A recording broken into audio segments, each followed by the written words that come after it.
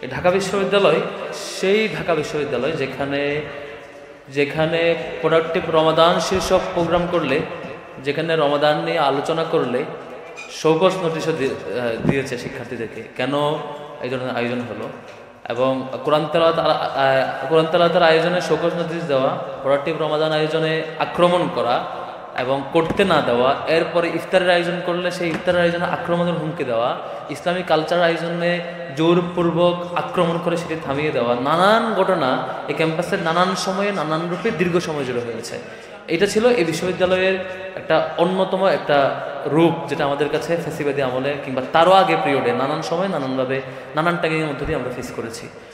এটা দুঃখের খবর বা কষ্টের জায়গা যে বিশ্ববিদ্যালয়ে নানা কবি, সাহিত্যিক এবং সব কিছু নিয়ে আলোচনা হয়, যে বিশ্ববিদ্যালয়ে আমাদের নানান ধরনের নানান ব্যক্তিত্ব নিয়ে আলাপ আলোচনা হয়, যাদেরকে অনুসরণ করা হয় এবং যাদেরকে নিয়ে আমরা বা সব রকমের আলোচনা করে থাকি, কিন্তু সে বিশ্ববিদ্যালয়ে একমাত্র ব্যক্তি যিনি সবচাইতে বেশি সফল হয়েছেন, একমাত্র ব্যক্তি যিনি সবচাইতে বেশি ক্রিটিক্যালিটি ফেস করে পুরো সমাজকেও পাল্টিয়েছেন, একমাত্র ব্যক্তি যিনি তার জন্মের আগে বাবাকে হারিয়েছেন এবং এরপরে মা হারানো, তারপর চাচা, তার সকল অভিভাবককে হারানো এবং সমাজের সকল রকমের সম্ভাব্য বিপদ এবং ক্রাইসিসকে ফেস করার মধ্য দিয়ে নিজে বেড়ে উঠেছেন এবং সমাজের ঠিক একটি বিপরীত মত যেটি প্রচলিত তার বিপরীত মত উপস্থাপন করার মধ্য দিয়ে তিনি চরমতম চ্যালেঞ্জের মুখোমুখি হওয়া এবং দেশ ছাড়াও হওয়া, সব কিছু পার হয়ে তিনি সফল তো হয়েছেনই, সেই দেশটাকে আবার বিজয়ী করেছেন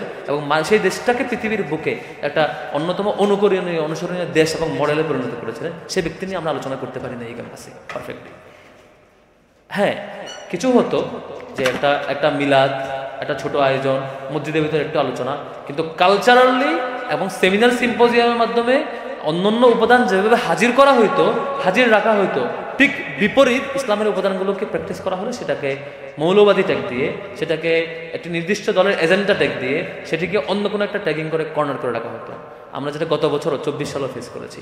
24 সালে আপনারা দেখেছেন যে কোরআন তেলাওয়াতের আসর হয়েছে, সেখানে শোকজ নোটিশ দেওয়া হয়েছিল এবং পরবর্তীতে যে কারি, যেই অন্যতম আরেকজন যে কোরআন তেলাওয়াত করেছিল, সেই শিক্ষার্থী বিশ্ববিদ্যালয়ের একটি জায়গায় তারাবি পড়ানোর কথা ছিল, ইফতার সহ বিভিন্ন প্রোগ্রামে তার কোরআন তেলাওয়াতের কারণে শেষ পর্যন্ত ওই বিশ্ববিদ্যালয়ের তৎকালীন ভিসি তাকে সেই তারাবি পড়ার সুযোগ থেকে তাকে বঞ্চিত করে বলা হয়েছে, তুমি এই ধরনের কাজ করছো কেন, তুমি এটা করতে পারবে না।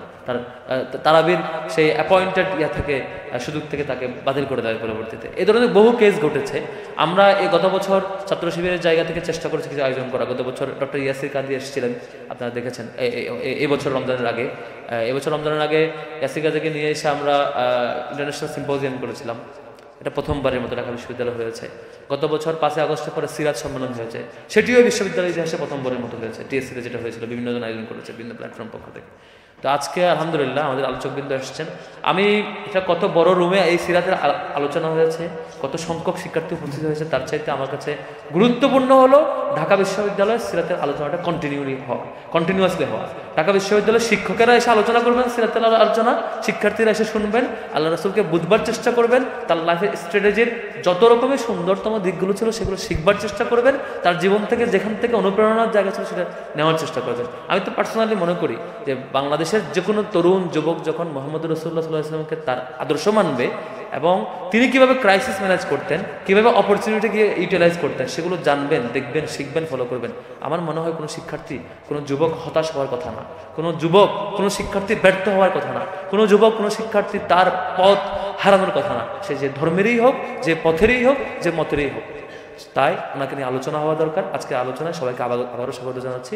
আমার উদ্বোধনী কথার মধ্য দিয়ে আবারও সবাইকে আমি আমার আয়োজনের কোনো ভুল ত্রুটি হয়ে থাকলে শাখার সভাপতি হিসাবে সব কিছুর জন্য অগ্রিম ক্ষমা প্রার্থনা করছি এবং রাসূল সাল্লাল্লাহু আলাইহি ওয়াসাল্লামকে আমরা ধারণ করব, জানবো, বুঝবো, শিখবো, রিপিটেডলি শুনবো, এক অপরকে শোনাবো, আবার নিজেদের মধ্যে পর্যালোচনা করবো। দিন শেষে তিনিই আমাদের সবচাইতে মডেল ব্যক্তিত্ব, অনুসরণীয় ব্যক্তিত্ব, অনুকরণীয় ব্যক্তিত্ব এবং অনুপ্রেরণার জায়গা। সবাইকে শুভেচ্ছা জানিয়ে শেষ করছি। ওয়া মা তাওফীক ইল্লা বিল্লাহ। আসসালামু আলাইকুম ওয়া রাহমাতুল্লাহ।